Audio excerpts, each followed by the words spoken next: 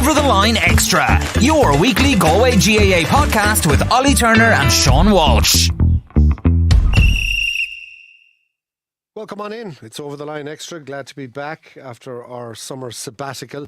County has been pushed to one side. And from here on in, your regular Thursday slot with myself, Ollie Turner and Sean Walsh, will be looking at the club championships. We've had already a couple of weekends of the football club championship behind us and one weekend of the hurling. So we'll be talking hurling in a moment. But Sean, I suppose from a football context, it does have a pretty familiar look to it already as regards who the likely contenders are. Is there a big three? There's definitely a big three. There's probably a big one in real terms, and that's Corofin back for me as the ones to beat. Montpellier, Moylock look really good as well, and Moycullen. And after that, then there's a scramble. Salthill, Knocknacarra look the best of the rest, but there's a chasm really between what's likely to be in a county final and those that realistically are battling for relegation. And I can't imagine the hurling is not dissimilar, albeit maybe you could throw a blanket over a couple more than maybe a big three, but there's definitely a big one that still has to be knocked off the perch. There's a big one, and I think no more than Corofin, St. Thomas's have, even we've only had one round of the hurling, and I think after this weekend, and particularly after the third round, we'd get an idea where teams are at, probably in a better idea. But to think that they were without Shane Cooney and David Cherry, two of their most experienced guys, they looked awfully good against Sarsfields in what was a good game. But look, there probably is a pack coming behind them then that on a given day can almost beat each other. It's can anyone get enough done to beat Thomas's? Now, the flip side of this as well is that you have a group stage, which is the first line of criteria for anyone, is you have to get through that, then get to the knockout stage. This weekend, what have we, 12 senior games, 7 intermediate, so we'll know more after this weekend because it's the second round. We probably need to know more now to recap on just the conversation that hasn't really gone away, and that is the whole kerfuffle over Galway having to reduce the number of teams for next year's senior championship. So let's recap, Sean, although we are around into it, on what exactly is at stake here, because we know that Galway have been forced by Croke Park to reduce their senior championship to 16 for next year. How are they going to do that? Well, I suppose very simply, effectively, what we'll be talking about now is the senior is divided into two groups. It's Senior A and Senior B. There's 12 teams there. Everyone that's in Senior A, this year will stay in Senior next year. So there'll be no relegation from that. However, where the real gravy is in Senior B, which is another 12 teams, two groups of 6, I should say. 4 teams effectively will come up from that to make 16 as your senior championship next year. The Senior B next year will then be a standalone competition where you can't actually win the Tom Cannon Cup. It'll be a competition of its own, and how that pans out in time will be interesting or whatever. So that really is where it's at, and I think no one has really got caught up on that as of now yet, Ollie, because the first criteria is try and get through the group yourself. Particularly, we've only played one game. There's been a 3-week break, as we know, with the All Ireland football final taken into account, that led to the flip of the fixtures. So I think for now everyone has that in the back burner, but they will be that conversation as we go through. Is going to kick in closer we get to the end of the championship, because you will have, as you say, these 16 limbo teams who are neither senior nor intermediate. They're in this new competition, which, in fairness, other counties we've seen as well have been managing to promote and create great competition in for many, many years. What we have to focus in now, though, is the fact that we have a full round of games in Senior A and Senior B. We'll touch on the intermediate a little bit later on as well. And all of these games have various degrees of relevance, whether it's, as you say, trying to win the Callanan Cup, whether it's trying to get up to Senior A, or whether it's just survival in any way, shape or form. So let's invite into the conversation Micheal Donoghue, who I think from Clarenbridge will be one of those teams in the chasing pack who will be trying to catch St. Thomas's. Hi to you, Micheal. How are you doing, lads? So Sean was just saying to me, great news, you're going with Davy Fitz down to Waterford. Fantastic news, congrats. Thanks, Ali. And thanks for giving us the exclusive as well. Yeah, Davy likes travel, doesn't he? I mean, if ever there was a presenter of a travel show, that should be Davy Fitz. Yeah, look, he obviously has the experience of being down there before, and you'd imagine had forged decent relationships down there, so it'll be interesting to see how he gets on, because in fairness, Waterford are one of the top teams and were many people's favourites last year, so it'll be interesting to see how they go. What was your own thinking? I know we're going to be talking club in a moment, on their demise from winning the league to the championship downfall, and there was only a matter of weeks in it. What went on there, do you think? I don't know. Like I think the way the game has evolved over the last few years, and probably the way Limerick have done it, is that they're using the league probably just as preparation, and it's all about the championship. Where maybe Waterford had a huge focus on trying to win the league, and maybe their form just dipped when they really needed it the most. And I was at a few of their games, and like it's really important that you're winning early on, I think. And they struggled right from the off, gave themselves a chink of hope going into the last round or two, but needed results as well. But overall, really disappointing season for them. The reason I mention that as well, Sean, is because I've seen it in football with Corofin. You've seen it with St. Thomas's. Timing your run is everything. So, like, peaking in April just was a disaster for Waterford. Whereas, the good teams can just about get through some of those group games and might look very average. And then when it gets to the knockout, boom. Yeah. And I think, do you remember we had this conversation as in one of the early podcasts about this is the first year of the split season. And it's the first year, we'll call it, without COVID, okay? So suddenly, you nearly have to go through this, because now we are looking at, say, if Micheal is a manager now, like, what emphasis do you put, for instance, on the Walsh Cup next year? What emphasis do you put on the league? Is it possible to keep your team in peak condition, say, from your third league game on to, we say, the third round of the championship? So I think managers will now have learned, won't they, a certain amount about the season. And we're also going to see it in the club scene. I mean, already we know, as we talk about the games, like we say, a lot of clubs have injuries, for instance. This is new territory, because you're playing now every 2 weeks, both at intercounty and now at club level. And if a guy pulls, we call it a simple hamstring that could take 4 or 5 weeks normally, you could miss 3 games here. So isn't there an aspect of that now, Micheal, that I think we will see managers looking at how do you manage this new closed season, the split season in both intercounty and club? Yeah, totally. Look, I know there's a lot of talk about it, and a lot of supporters may be giving out that the intercounty season has finished. But for me, I back it completely, the split season and having the two, because look, if you stick to the county season for a second, like the county players are on, like their calendar is fairly full, and you can see the logic then behind managers maybe not going hard early in the year to give the lads a chance to come back and trying to hit the form button when you hit the championship, so you can see completely the logic in that. And if you flip it now to the club, it probably takes a round or two to get into it. And the fact now that we've had one round over, you then had another 3-week gap. So I think it'll be the next 2 rounds that really define the groups, and we'll see who's coming into form. Of course, one of the big things that we spoke about as well, lads, in the build-up to the prospect of the split season, was America. Lads going to the States, club lads and now county lads. So let's look at both aspects. First of all, a lot of the club lads are back or are on the way back for this weekend.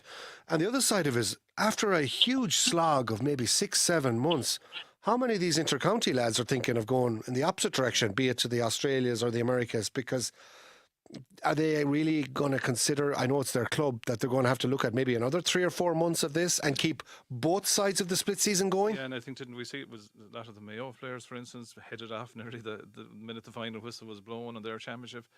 Like, there is the pros and cons and all this. I think, and I it's not that I disagree with you, Micheal, but I do to a degree, in that I think we've lost a big marketing tool from the GA, in the fact that we now have no big GA games in August. Never mind September. Like, we finished in the middle of July, and like right now, what are we looking at? We're looking at, say, a Premiership. We're looking at golf events. We're looking at, even Ireland's trip to New Zealand. I think the GA, from a marketing viewpoint, I don't know, can they afford to give up that ground? I think they need to elongate the championship a little bit. I think you're and a bit of tweaking. But I the think, problem Sean, here, Sean. Yeah, go on, Micheal. You talk first. I just think for me, I think like the pre-season competitions, the league, they all need to be addressed in maybe a different format on it. Do you know what I mean? Because it's become very apparent, say, in the league that teams are just using it as prep for the championship, and how much credence are they putting in on it? Do you know what I mean? So for me, the calendar is paramount, and how we adjust the calendar on it. And look, even if you go back to the foray last year of the Fitzgibbon and the Sigerson and county players' involvement, and that's not fair on the players. Like, so for me, it's down to the calendar and what the GA are going to do on it, and maybe revise some of the It needs a the bit of tweaking. structures of different competitions. But look, equally, Munster and Leinster, will that have to give at some stage in it? I think the big point here, Sean, is what you're asking for is aspirational, and yet it's historical. Yet what Micheal is talking about is the split season, which is pretty much cut down the middle. The county managers love it, and the club.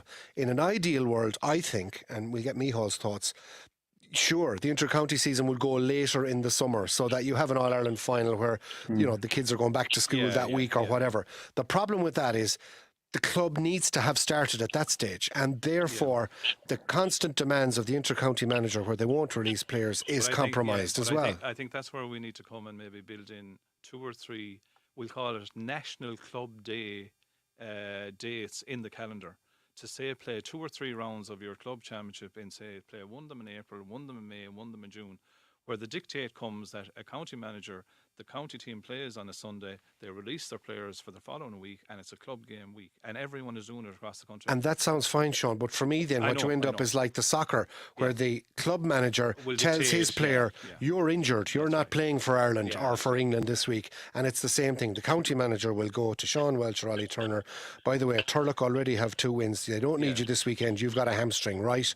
So that's where, at the moment, I agree with Micheal. It's a better scenario having them completely detached than trying the overlap, which, in fairness, in an ideal world, what you're saying would be possible. But I still think that while it's divorced to a degree, I think there still needs a bit of tweaking. And look, in fairness, it's the first year of it, as I said, without COVID as well. So maybe we need to give it a little bit more Well, time I would say one thing, lads, from a football perspective, the attendances, the numbers going to the club games is through the roof. I know they got to the final. Well, that's probably on the back of the final appearance. But even at that, there's interest in the club lads chomping at the bit, and they're getting out earlier. It's not the first round in September, it's the first round in July. Lads, we've got to get through a mountain of matches. So let's look at Senior A, Group 1. Turlock, Clarenbridge, St Thomas's, Sarsfields, Clymer Daly and Castlegar. Mother of God, I don't know why I feel sympathy for Clymer Daly and Castlegar in the midst of this absolute pool of piranhas. But for this weekend's matches, Sean, Turlock, Clarenbridge, let's look at that one on Saturday at 6:45 in Athenry. 2E going head-to-head, so you may as well have it out here. Yeah, I think Clarenbridge will win this handy from what I've seen. No, look, I think what you have here, Micheal, is you have 2 teams that reached the last 2 county finals. Both had the same result against St Thomas's. I think there's a caveat here. I think both Clarenbridge and Turlock have a number of injuries going into the game. So I think that both teams won't be at 100%. But Micheal, this is a big game, isn't it? And I liked Clarenbridge, what they did against Clymer Daly. It was a dirty, I was going to say dirty White Winter's Day, but it was before the next day, which was a lovely day. Turlock overcame, I have to say, a poor Castlegar team. So it's set up nicely, isn't it? It is, yeah, but I think you have to remember, though, like that finishing 3rd or 4th gets you into the playoff or the preliminary quarterfinals, so just finishing in the top 4 is probably every team's aim in it. I think both Clarenbridge and Turlock have had the same trajectory over the last few years. As you alluded to, Turlock being in the county final 2 years ago, Clarenbridge last year. So both good wins. Turlock a lot more comprehensive than Clarenbridge, as you said, bad weather. And what I really liked about the Bridge was that when the game was there to be won in the last 12-15 minutes, they stood up, and in particular Evan Island got a few great scores just to put a bit of daylight between the 2 teams. As you've said, both teams have injuries, and probably both of us won't know the extent until we see the lineouts on Saturday. But I still think even with the injuries, it'll still balance it for both teams. And look, of course, I think our boys might shade it. Of course you would. We won't even comment. Let's go to the next game. Sarsfields against Castlegar on that. I'm intrigued by this game, lads, because Turlock played Castlegar, and I suppose if there's a rivalry in club hurling, that's one of them, right? Yeah. But Castlegar just didn't get out of the blocks, which I think is most unusual, not alone for the panel they have, right, but also for a Johnny Kelly team. Sarsfields on the flip side, we did the Sarsfields Thomas's game, lads. It was the game of the we've won in one round, but Proper game. Quality scores. You wonder how deep into this championship can Sarsfields go? Are they a threat? They look a big threat. Micheal, like Sarsfields, everyone will say Sarsfields will now beat Castlegar, but there has to be a kick in Cashel, hasn't there?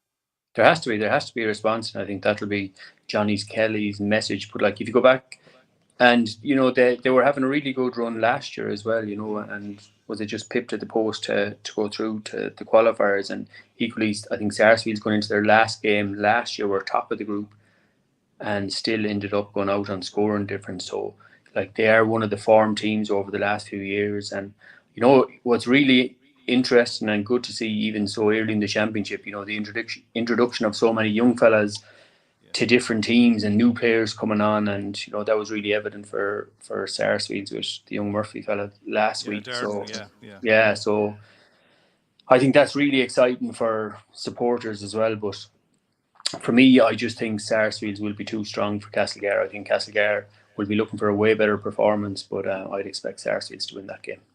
And likewise, you'd imagine Thomas's should have too much for Clymer Daly. But that 12 o'clock Sunday start in Ballinasloe is a bit of a funny one, and it's very hard sometimes to get up for those early matches on a Sunday. Yeah, it is. But equally, like for Clymer Daly, they, for 50 odd minutes in against Clarenbridge, they were hurling really well, and conditions were absolutely horrific, and they missed a free to put them back a point up, maybe 10 or 11 minutes out. So, they hurled well. I think Jack Fitzpatrick might be back in the mix this weekend. So, like, he's a huge player for them and a huge leader for them. So, it'd be great to see him back from injury, and that Thomas has hit the ground running. And when you think of the calibre of players that they were missing in Shane Cooney and David Cherry the last day, and still put in that performance, you can see the confidence that's just surging through the team, and, led brilliantly again the last day by Davy. You'd imagine, though, this weekend's results, Sean, if they go the way they should go, there's that detachment already. Your top four are pretty much nearly there. Yeah, that's why, and even we go to intermediate, it's even more predominant because you have a 4-team group. But we'd say already for a team that has lost the first game, we always say in the championship that winning the first game is it's a confidence booster, but it gives you the 2 points. And I will go further now by saying, even Micheal, your margin of winning, but even more importantly, your margin of losing, it could come down. Like, even in that Group 1, like, okay, you said at the start, Clymer Daly and Castlegar. Clymer Daly and Castlegar are capable on their day of beating anyone in that group, right? So you could end up heading down to round 4, round 5 with 3 or 4 teams on 3 points, 2 points, 1 point, 4 points, we say. And it could come down to scoring difference. And that's what Micheal is saying. No more than the Leinster Championship and the Munster Championship in hurling. Your first priority is, right, you want to keep your status. But number 2, qualify. And once you qualify, if you qualify as the 4th team or the top team, okay, you might have won more game, but you're still alive. Isn't that the basis? That is, but I think in all of the groups, like, you're going at the start, like, you'll be looking and you'll be targeting, saying, right, if we can get 2 points there and 2 points there, 4 points might be enough to get through. And then, if we can catch someone else, I think that'll be the mindset of the team. So when you're looking at Clymer Daly, Castlegar, Sarsfields, they'll all be really, really eager now to get 2 points on the board as quick as they can. That was the point. Like, if Cashel catch Sarsfields, God, they're really on the back foot then, Sarsfields, after that. Lads, we better move on to the next group, and that's Senior A Group 2. Again, some fascinating matches to look forward to. And none more so than the first game in Athenry on Saturday, which has been streamed. Craughwell and Loughrea. What do you make of this one, Micheal? Yeah, I think Craughwell and Larkins, 2 neighbouring ones the last day.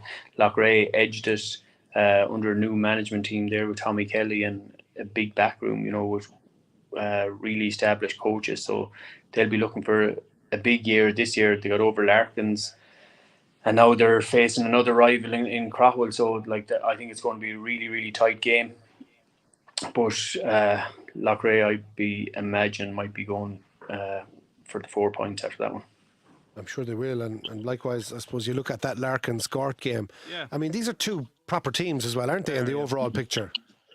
They are, yeah. And like over the last few years, they've been tight encounters with them, and I'd expect this weekend to be no different. But both of them, similar to the other group, just looking to get those 2 points on the board, no matter how it happens. Just I know I was talking to Greg Lally there last week, and he was just saying, like, the turnover players Gort have had this year is absolutely huge. Like, do you know what I mean? Between lads leaving, retiring, immigrating, I think they've lost 7 or 8 players, which is unbelievable to think. Like, so, you know, to put up to be going so close even to Cappy, you know, they'll be looking for a big performance, and yeah, it's just, I'd still fancy probably Larkins, maybe honest, but Garter really, really dogged, so you never know. Yeah, And Cappy Kilkenarn, of course, is the other one then, Sean, as well. Even on that, like Paddy Cummins could be back from the States for guards, yeah, right? Even Cappy now, they have 3 county finalists. They have, you know, Jason Flynn and the 2 Murphys now.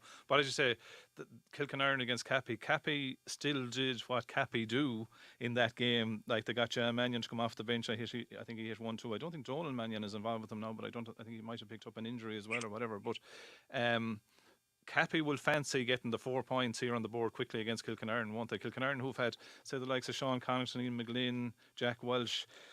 I know they've missed game time even with their under 20s. They're trying to get them back into the senior team. That's not easy as well. And that other dynamic as well of, at the minute, for some players, the under 20 championship is running concurrently with the senior intermediate. So there's a lot on the plate, isn't there, for certain players?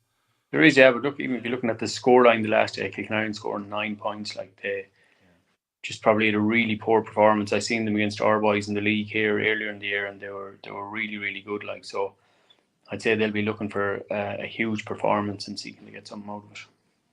Yeah, so Kilkenarn definitely look like the whipping boys Goal early again, doors in that group, but how that might change. Yeah. So that's Senior A. It's still early on though, Sean, isn't it? Like 2 rounds gone. It is. And I still think that even after this weekend, but I think it's after the 3rd round we'll begin to see where we are. Yeah.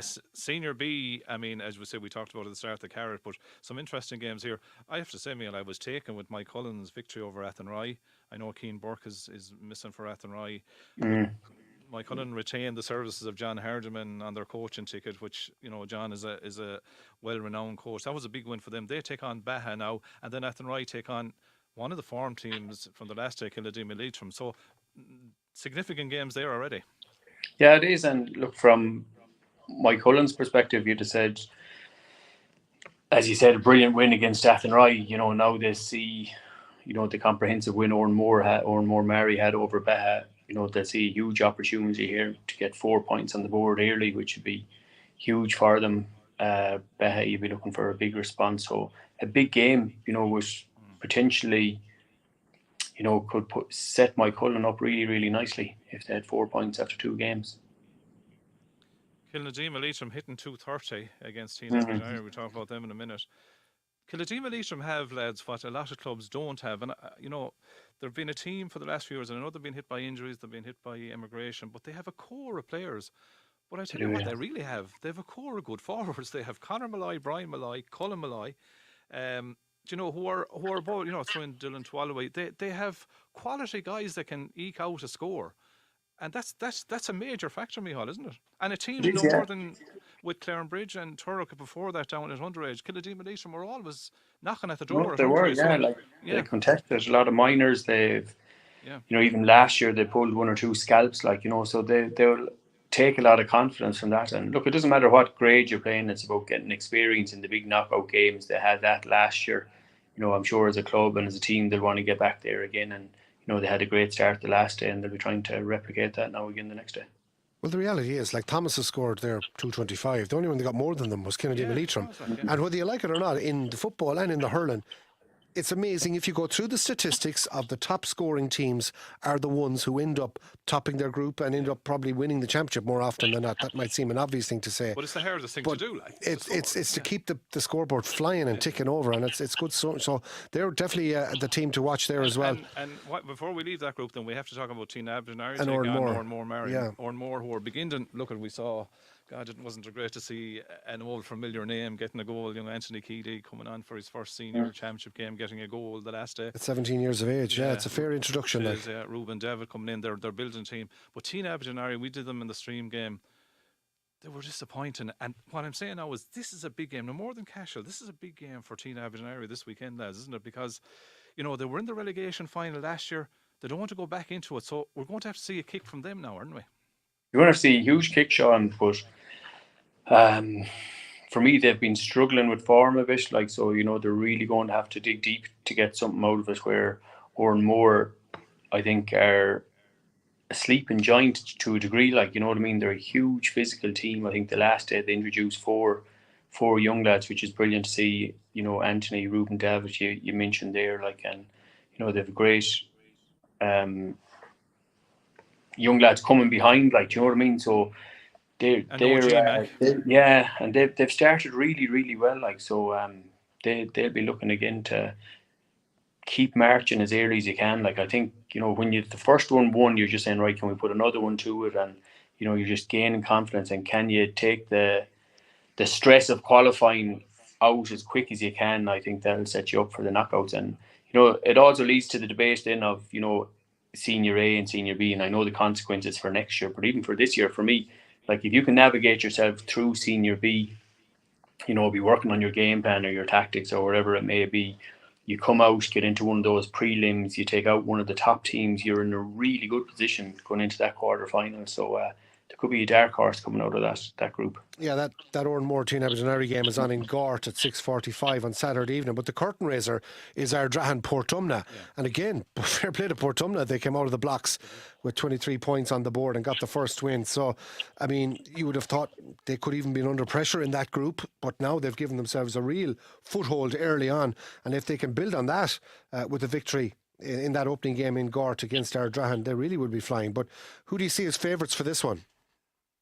I think Portumna, you know, maybe a lot of people have been writing them off and they're slowly getting new lads into the fore. Look, Joe had a huge impact on the game the last day, and similar, they'll be looking to just push on now again and try and get another one. So the Haskra, like the last day were poor, they'll be looking for a turn. Ardrahan, a huge win over Mellows, like, so that's going to be a really good game, I think. Ardrahan and Portumna. Wouldn't be surprised that one's a draw. And I suppose the eye-catching result was Ardrahan catching Mellows, wasn't it? Because you know, Jeff Linsky has gone back to Mellows. We know they've got Ryan O'Dwyer and Louis D in as well to add to their mix. And that suddenly makes their game against Molia a big game, doesn't it, in terms of needing to get the result? And I think that game is on Friday night, isn't it? Correct. That's the very first match, and that's one to look forward to. Yeah. Yeah. It is. They'll be really. Ardrahan have a lot of good hurlers as well, haven't they? Like, I mean, you look at, you know, Derek Fahy established himself. The man that really established himself this year was Keenan Fahy, and he seemed to lead from the front the last day as well, Micheal. No, they have. They've some really good hurlers, and you know, I'd say the age profile of the team is really young. And every time you see them, you're going, geez, if these lads hit a vein of form, they could do something. Like, so they had a really good win the last day, and you know, obviously they'll be looking to push it on. Portumna equally the same way. Like, so it's a great game to start the weekend off. And of course, the Haskafona against Pearses is a derby. There'll be no love either side there. And like, while a Haskafona, we say, I think it was Portumna pulled away at the end in that game, but like any team that has Pádraig Mannion, Cathal Mannion and Sean Blaheen has a chance. I think the last day, did Pádraig play at fullback? Was Cathal kind of a second six or whatever? So, you know, maybe there'll be a bit of changing there. Pearses beginning to bring in a few younger lads as well now. You can look at the team sheet, you see, you know, young Jack Barrett, all of these younger lads begin to come in, Dean Riley. Always difficult to beat. And now suddenly Pearses, you know, were done by 2 late points by Mulla. They need to get a result now as well, don't they? They do, yeah, but I'm just looking at the scores here. Pearses scored 15, Haskra scored 13, like, so. Yeah. You know, as Ollie said earlier on there, like, it's down to scoring, and when you see a Haskra, you know, you'd be probably hoping they probably need to keep Cathal as far up the pitch as possible. I know Pádraig has gone up there and Sean Blaheen at 6 for the last season or two, but scoring is their difficulty. So, as you said, Pearse is evolving more orthodox. So with a rivalry game like that, and it could go anyway. But it's a huge game for both of them. Yeah, the weather has turned a bit too, hasn't it, Sean? Yeah. Which is the other thing that we have to talk about. You're looking at pretty windy conditions this Sunday as well. Yeah, so, and you're looking at wet conditions. I mean, the difference, the 2 games on, you know, as we started in the groups that were played on the Saturday, like I saw Hurl leaving a hand, we say, in the Pearse Stadium in the rain and windy conditions, and then on the Sunday you got lovely. So look at, but still at the same time, you're still in better weather than you will be in October, November. 100%. I see we've been joined as well by the Kilkenarn man. After we had Kilkenarn talked about, he appears. Gordon? Yeah, I don't know, does he want to come on and make a point? Because, you want to back your parish after Turner and Welsh completely wrote you off. Gordon Duane, you're very welcome, Gordon. We're going to switch our attention, Gordon, to the Intermediate Championship, sponsored by Brooks. And again, this is a bit more kind of... There's less room for wiggle here. Let's put it that way. It's a bit more cutthroat with the four groups of four that are here. So we're going to start with that first group, which is the group with Ceylon, Turlough, Ballinderreen and Unspidale. I suppose Ceylon were the big story with that opening win over Unspidale. They looked really, really good. And what an opportunity for them now as they take on Turlough. They take on Ballindereen, it's actually... Oh, yes, sorry. Ceylon, Ballindereen and Spidale, Turlough. Yeah, they're the two games. Throw your eye over those two for us, Gordon, in Group 1 of the Intermediate. Yeah, I suppose the Turlough performance in round 1 was an excellent performance from them. But you're looking through the players there and the amount of quality young players that are coming through in Turlough at the moment. And they're finding their feet in the Intermediate. And I suppose if they're playing well, then they'll step up to the next level. Ballindereen, of course, have changed their management since that game. Since the game, yeah. So one result, the management goes. No mercy there. Jesus, just as now, well. Having said that, in fairness, Ballindereen and Ceylon, Gordon, we would not alone would we be saying favourites coming out of that group, but also potential winners of the championship, wouldn't you say? Absolutely. Like Ballindereen were very, very unfortunate last year to end up in relegation. They went into their last senior game in the Senior B against Kilkenarden, and if they had won that, they were going into a preliminary quarter-final. And because of the result of the Portumna and Beha match, they ended up getting relegated. So you were expecting a big bounce from them to come back into it. I know Niall Cohen and is stateside, and they'd be hoping that he'd be back. I don't know if he's back yet for this round. And Luke Prendergast as well. So they need all them, but they have, you can see through the team there, the quality that they have. A lot of them are seasoned senior hurlers. And then they have the extra bit of youth coming in there with Matthew O'Connor, the couple of Meehans there, and Luke and Niall, they're all of the younger side. So like the quality is there for them to push on. But of course that result against Turlough puts them on the back foot, and they're now living on the edge. That game between themselves and Ceylon, no more than Micheal Donoghue and Carnmore, suddenly, like, if Ballindereen or Carnmore lose their opening 2 games, like, they're looking for results to survive then, aren't they? Like 100%, yeah. And that's what happens with your group of 4. I suppose last year in the COVID times, I suppose when you had the group of 4 in the senior, you were seeing teams where they could get knocked out after being undefeated in the group and still get knocked out. So when you were in a group of 4, if you lose your first match, you're really on the back foot, and your second round match then becomes a huge game, and that'll add nerves and everything to proceedings the next day, and that could even the playing field then for the opposition. Let's move on then to Group 2. The 2 games down for decision here: Micheal Donoghue against Carnmore, which we referenced there, Craughwell against Kilbeaconty. I suppose for Aircourt, they had a huge win over Kilbeaconty, 3-22. The hit was phenomenal. Carnmore would be disappointed to have lost to Craughwell. And that's a theme, lads, hasn't it, in this championship? In that opening round, Clarenbridge, Craughwell, Turlough, second teams winning. Yeah, we saw it in the football as well with Corofin. You just wonder, like, at what point then do they start losing 1 or 2 guys and come back to the pack? But they can do damage in the opening round. That's the problem, and we've seen it time and again historically in the championships. What you don't want are playing these second teams in the first round when they're at their strongest, and that's, I think, what happened where they got caught. And Craughwell. Carnmore have a bit to do. I would say, for instance, Conor Flaherty will start this weekend. You'd be expecting so. You looking at it on paper, coming up to the first round, Craughwell were, I think, struggling even to put a team together. Like, so it was even a huge surprise to Craughwell that they were able to pull that result out. Cardmore started very well. Craughwell had missed 6 of their opening 6 chances. But then they got a foothold on the game, and you still had the likes of Fergal Healy was out there. So he was dictating matters there. They had Brian Dolan was excellent. But you would have expected Cardamore, looking at the line-out that they had, that they would have had enough that evening. Now, I know it was a terrible evening. Conditions were atrocious for both teams, but Crapple dealt with it better, I suppose. Ronan Killelea was excellent for Cardamore, but he needed more backup, and of course Conor Flaherty not starting, I suppose, was a big minus for them as well. But a huge victory, and not taken away from Crapple's performance, a huge victory from Crapple on the evening. So Aircourt and Crowell, if they both win this weekend, that's it. I mean, the other two are gone, and they'll just play off to see who wins the group.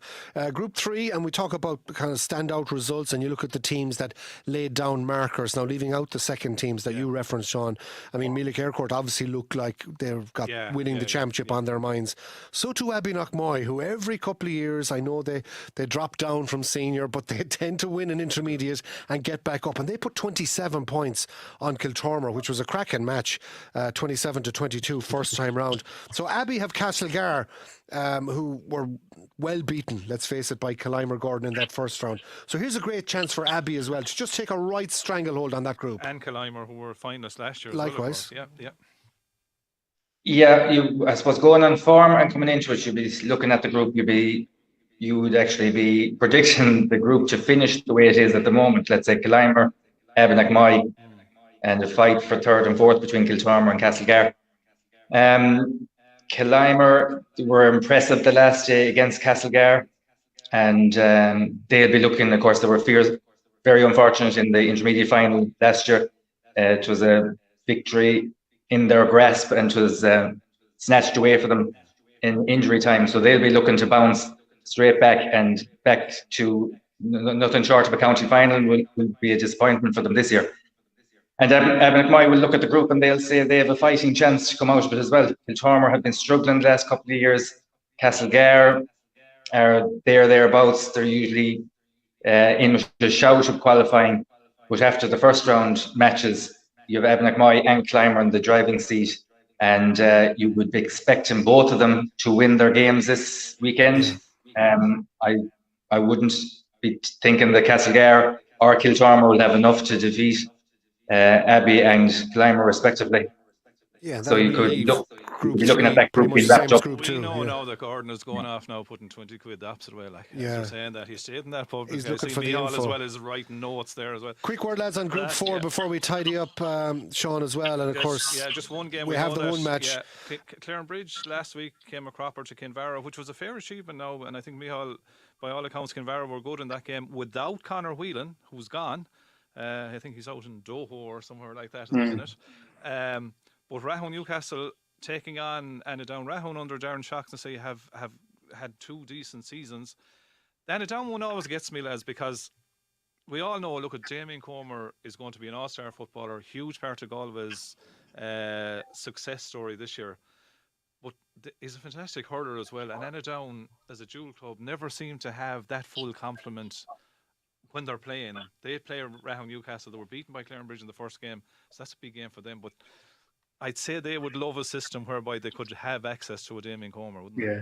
Like, in fairness, their first game against Clarenbridge, I was at both Clarenbridge games, and like for a long period of that game, they were stronger and, you know, in a good position. And then within 3 or 4 minutes, Clarenbridge just got a few goals, and obviously then the whole momentum changed and won for them. And like, it's a big weekend now again for them against Rahon Newcastle, who had a good round, good first opening round against Kinvara, and then Kinvara obviously known they had to respond against Clarenbridge last weekend.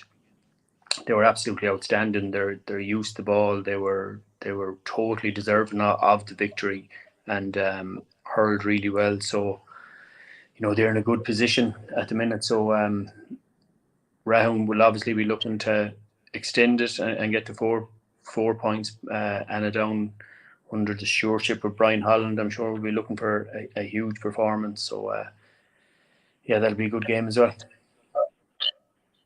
Of course, Rahon as well may well be getting Eamon Brannigan back, who'd add a lot of pace to that forward line. He's been in the States. So I think what you're going to see here, lads, is Rahon are going to get very strong as this championship goes on.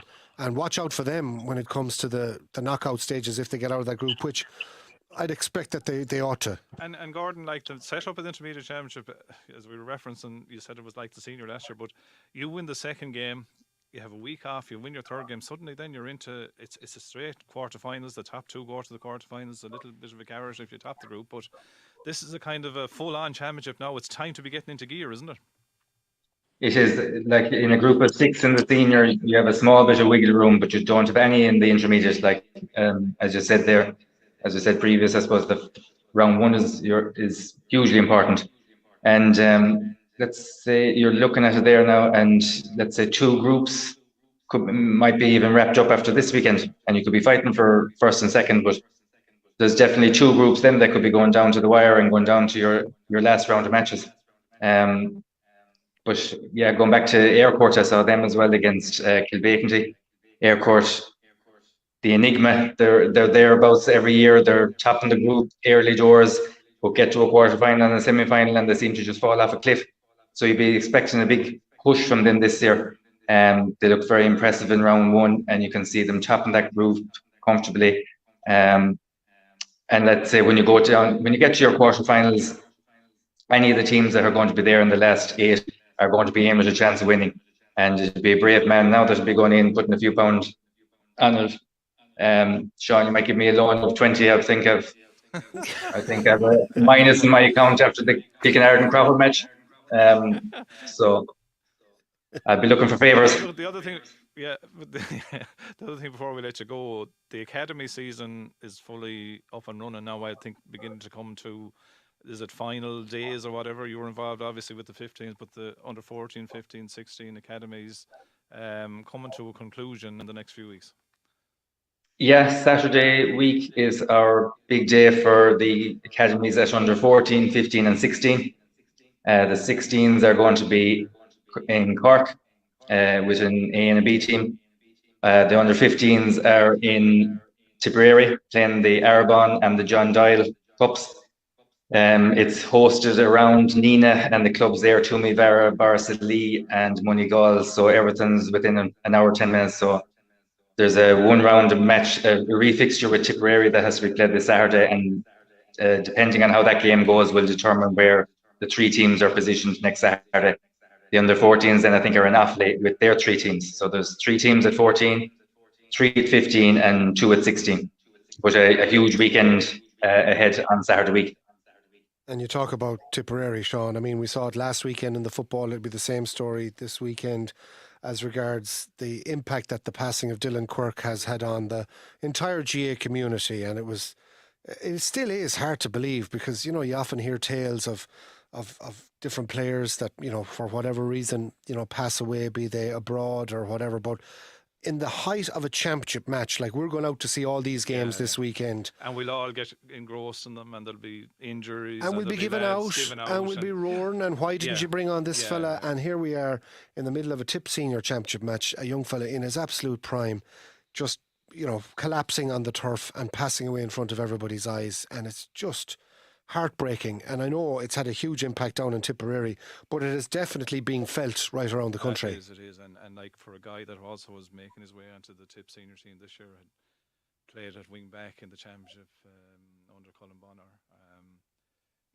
it's heartbreaking because as I said, we all invest ourselves heavily in these games, don't we, lads? And we don't expect, that saying that someone doesn't come home. And I suppose, Micheal, you spent a while in Tipperary, you know how much the game means down there, but anywhere, you don't expect it is, look, not to go it off was, the pitch, you don't. Yeah, sure, it was absolutely horrific. Like, no matter where you were and you heard the news, it was absolutely devastating. And, as Ollie, both of you have said, like, Gordon, like anywhere, once you're a GA follower, it was horrific news. And, your thoughts immediately and condolences go to the family and all his club mates and friends and teammates, both at club and county. Like, it's just horrid. And, it just puts things into perspective. And I know when you're not near it, you feel the grief and the sorrow for a while. But look, at the end of the day, everyone that's togging out, it doesn't matter of what grade or level next weekend and all the coming weekends. Look, the lads are just going out to enjoy it and do the best they can. And we should always be mindful of that. 100%. And maybe that's something that we should all be mindful of going out this weekend, following all these matches. lads don't go out there to try and make mistakes or play badly. So give them a break, and that goes for people on the sideline as well, not just supporters. It's an exciting weekend, Sean. We're looking forward to the live coverage. Micheal is going to be with you on Saturday afternoon in Athenry. We'll bring you those matches. To bring me a helmet in that one. Crockwell, Loughrea and Clarenbridge, Turlockmore. Well, at least it's going to be biased on both. So sides. 2 wrongs might just make a right in that one in Kenny Park at 6:45. And of course, it all starts on Friday night with Mulla Mellows in Athenry at 7, and that intermediate game, Aircourt Carnmore in Ballinasloe at 7. We're also going to be live, by the way, folks, on Sunday from Ballinasloe with a live stream coverage of Killimer Daly Thomas's, followed by the intermediate game Killimer and Kiltormer, as well as always the usual Sunday afternoon coverage as well. So we've got a mountain of stuff to get through. 12 senior, 7 intermediate, and we'll pour through the coals of it all next Thursday when we're back here on Over the Line Extra. Thanks to Micheal, thanks to Gordon. Sean, enjoy your weekend. We'll chat to you next week. Thanks, lads.